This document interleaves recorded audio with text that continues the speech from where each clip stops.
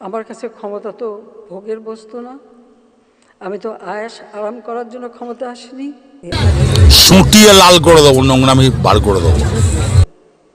আজকে যাদের আমরা হারিয়েছি, আমি তাদের আত্মার মাগফিরাত কামনা করি। আর যারা আপনজন হারিয়েছে তাদের প্রতি আমার সহমর্মিতা জানাই। তোমাদের খাবার নাই, হ্যাঁ, থালা সাজিয়ে রেখেছো, কেউ খাবার দিচ্ছে না, কষ্ট হচ্ছে না? কারণ আমি নিজে দেখেছি, এখনো বহু, কালকে একটা ছোট শিশুকে পর্যন্ত দেখলাম। এটা অত্যন্ত কষ্টকর। হ্যাঁ, খুব কষ্ট হচ্ছে বলো। থালা দিয়ে দিয়েছে, খাবার দিচ্ছে না, শোনা গো আমার, কি করে বলো।